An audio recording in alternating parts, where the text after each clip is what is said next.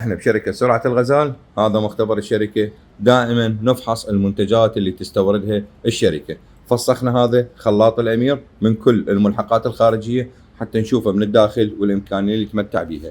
الميزة المهمة اللي يحتاجها كل سباك ويحتاجها كل زبون وكل إنسان يريد يستخدم هذا الخلاط. إذا تلاحظ احنا خاليه هسه هذا تقريبا بارتفاع 1.80 هذا الخلاط. هذا الجيج 10 بار احنا شاديه على الخط مال النازل. سويت خط مال نازل باكثر من حركه في سبيل اقلل اني الضغط اللي احتاجه.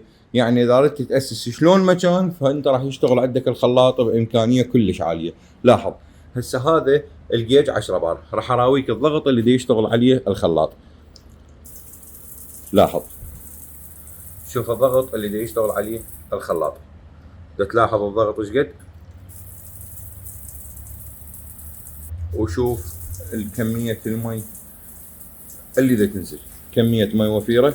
وهذا الخلاط مربوط على تانكي بارتفاع 3 متر. تعال خل اراويك التانكي.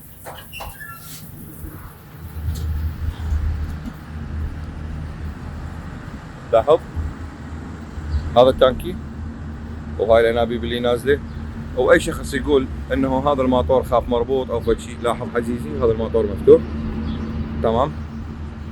هاي واحدة من المميزات المهمة اللي اشتغلت عليها شركة سرعة الغزال حتى توفر منتج جيد جدا للأسواق العراقية ويلائم كل البيوت، حتى إذا كان بيتك طابق واحد أو إذا كان التانكي مالتك فوق السقف الأول.